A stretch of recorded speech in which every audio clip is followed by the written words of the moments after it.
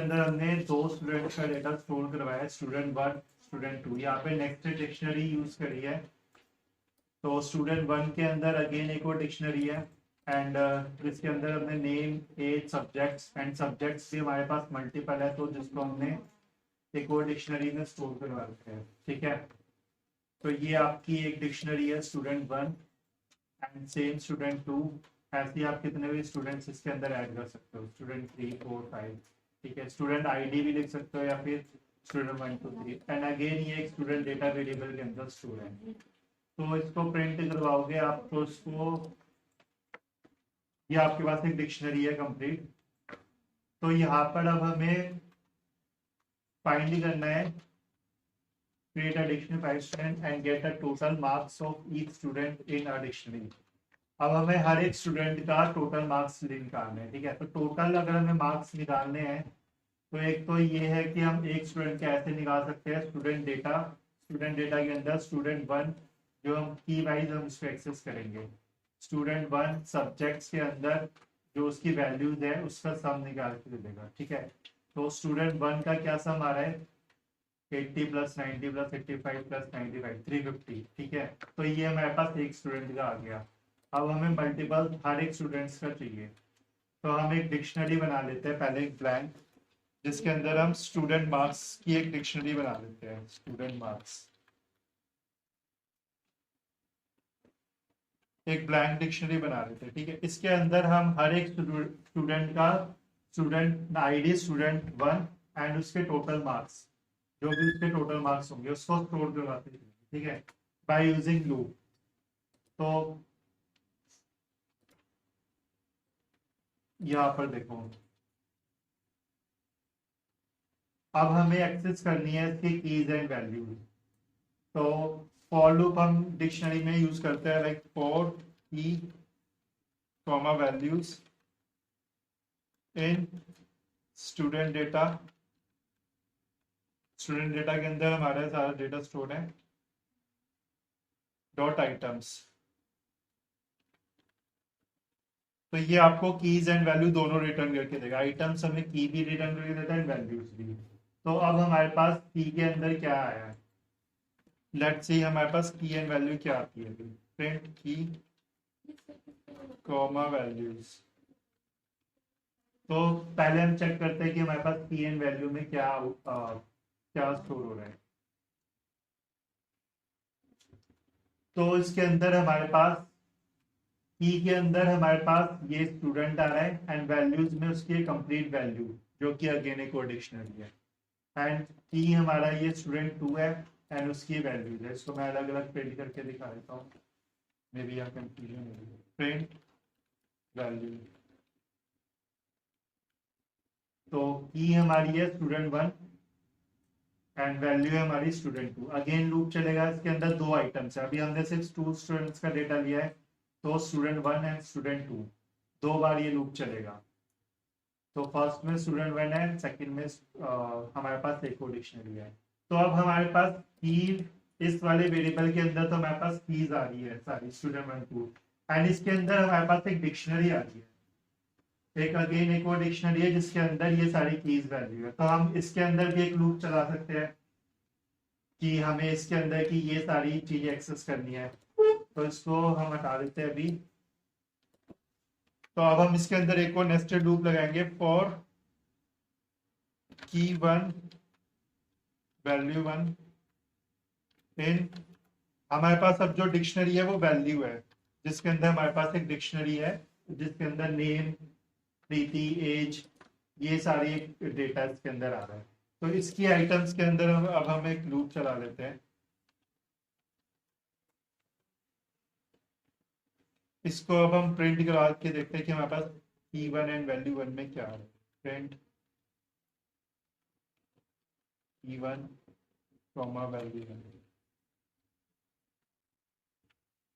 तो इसके अंदर हमारे पास ये सारी आइटम्स आएगी, लेट्स सी।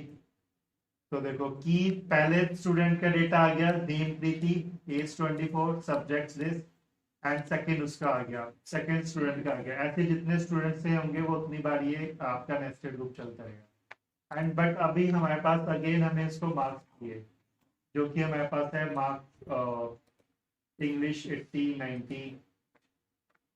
तो इसको हम कैसे एक्सेस करेंगे? अब वैल्यू के अंदर तो हमारे पास वैल्यू है प्रीति 24, एक ही जगह सिर्फ हमें डिक्शनरी मिल रही है, तो हम इसके अंदर लूप तो दोबारा चला नहीं सकते क्योंकि एरर आ जाएगा, क्योंकि एक ही आइटम है इसके अंदर। लूप्स हम या तो किसी लिस्ट में चला सकते हैं या डिक्शनरी में चला सकते हैं, किसी एक सिंगल आइटम में नहीं चला सकते। तो यहाँ पे अब हमें चेक करना पड़ेगा की वैल्यू को। इसको मैं भी कमेंट कर देता हूँ। इफ की1 इक्वल्स टू सब्जेक्ट्स के अंदर है ना आपके पास सारे मार्क्स। अगर आपके की1 जब सब्जेक्ट्स होती है, मतलब जब की वैल्यू सब्जेक्ट्स होगी, देन आपको क्या करना है,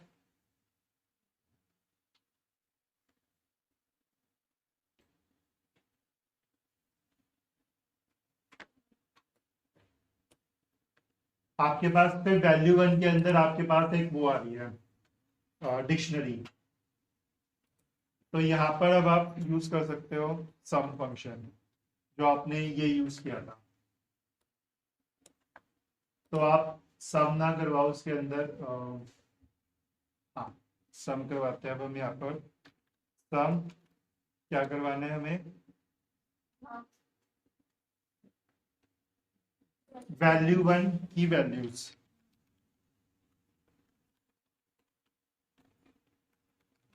ये आपका आ जाएगा। इसको आप अपेंड करवा लो अपनी डिक्शनरी के अंदर, जो कि आपकी है student marks. Student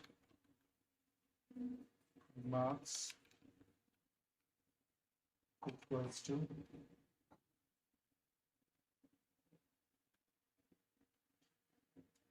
student marks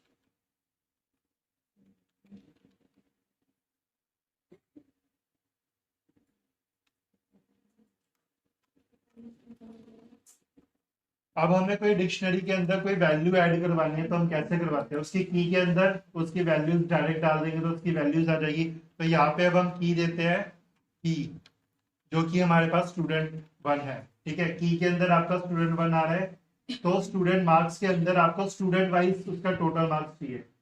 तो यहाँ पे की है आपका स्टूडेंट 1 एंड मार्क्स के वैल्यू क्या आ गई उसकी, उसके कंप्लीट मार्क्स। तो इसको मैं आपको लास्ट में प्रिंट करके दिखाता हूँ। तो ये आपको स्टूडेंट वाइज आपको मार्क्स प्रिंट करवाएगा। स्टूडेंट मार्क्स जो आपकी फाइनल डिक्शनरी क्रिएट हुई है, इसको प्रिंट करवाते हैं। Student marks is not defined, यहाँ पर हमने ये कोड रन नहीं करवाया है, इसको हम नेक्स्ट स्लाइड में क्रिएट कर देते हैं। ठीक है, इसको हम यहाँ पे डिफाइन कर देते हैं एंड सी, यहाँ पर स्टूडेंट 1 के टोटल मार्क्स है 350 एंड स्टूडेंट 2 के जो मार्क्स आ रहे हैं टोटल विच इज 260। तो इस तरीके से हम इसके अंदर लाइक जितने भी स्टूडेंट्स होंगे, अगर आप 10 20 या 1000 कितने भी स्टूडेंट्स का डेटा लेते हो, तो वो आपका इस लूप में रन हो जाएगा एंड उसको स्टूडेंट वाइज आपको टोटल मार्क्स। इसके बाद हमें find the topper students and there marks, हमें टॉपर स्टूडेंट्स निकालना है और उसके कितने मार्क्स आए हैं ये निकालना है। तो टॉपर स्टूडेंट्स निकालने के लिए हम क्या करेंगे, यहाँ पर टॉपर्स के लिए हमें जो हमारे पास फाइनल आउटपुट आया है स्टूडेंट 1 एंड स्टूडेंट 2 का, तो इसमें से हमें देखना है कि मैक्सिमम वैल्यू किसकी है। तो मैक्सिमम वैल्यू डिक्शनरी में निकालने के लिए हम मैक्स फंक्शन यूज़ करेंगे, जिसके थ्रू हम स्टूडेंट मार्क्स जो हमारे पास डिक्शनरी आई है जिसके अंदर हमारे पास स्टूडेंट वाइज मार्क्स है वो लिखेंगे and key is equals to student marks dot get. तो यहाँ पर हम गेट फंक्शन का यूज़ करेंगे जिसके थ्रू हम उसकी वैल्यूज़ निकालेंगे एंड हमारे पास वो मैक्सिमम जो भी हमारे पास वैल्यू होगी वो हमारी एक टॉपर वेरिएबल के अंदर हम एक स्टोर कर लेंगे। टॉपर वेरिएबल के अंदर हमें उसकी की रिटर्न करके मिलेगी कि क्या कौन से स्टूडेंट है जिसकी मैक्सिमम मार्क्स है। तो यहाँ पर हम प्रिंट करवाएंगे topper of the class is topper, जो आपका की वैल्यू दे रहा है स्टूडेंट 1 होगा and there marks is student marks. हम यहाँ पर उसकी की वैल्यू को एक्सेस करने के लिए स्टूडेंट मार्क्स हमारे पास डिक्शनरी है, इसके अंदर हम यहाँ पर उसकी की को पास करवाएंगे तो ये हमें उसकी वैल्यू रिटर्न करके देगा जो कि हमारे मैक्सिमम मार्क्स होंगे। तो इसी तरीके से हम टॉपर ऑफ द क्लास निकाल सकते हैं और उसके कितने मार्क्स हैं वो निकाल सकते हैं। एट द सेम अगर हमें इनके मार्क्स की जगह अगर हमें इनकी परसेंटेज स्टोर करवानी है तो उसके लिए हमें क्या करना होगा। परसेंटेज के लिए सिंपली है, जैसे हमने सब निकाला है, हमें पता है टोटल हमारे पास कितने सब्जेक्ट्स हैं, जितने भी सब्जेक्ट्स हैं उसमें हम फॉर्मूला यूज़ कर लेंगे। सम जितने मार्क्स ऑब्टेन हुए हैं divide by total marks multiply by 100।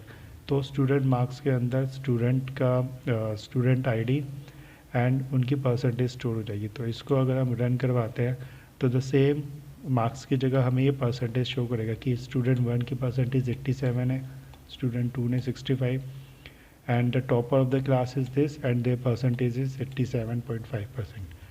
तो इसी तरीके से हम डिक्शनरीज़ की प्रॉब्लम्स को सॉल्व कर सकते हैं। तो ये था कुछ एग्जांपल्स डिक्शनरीज़ के।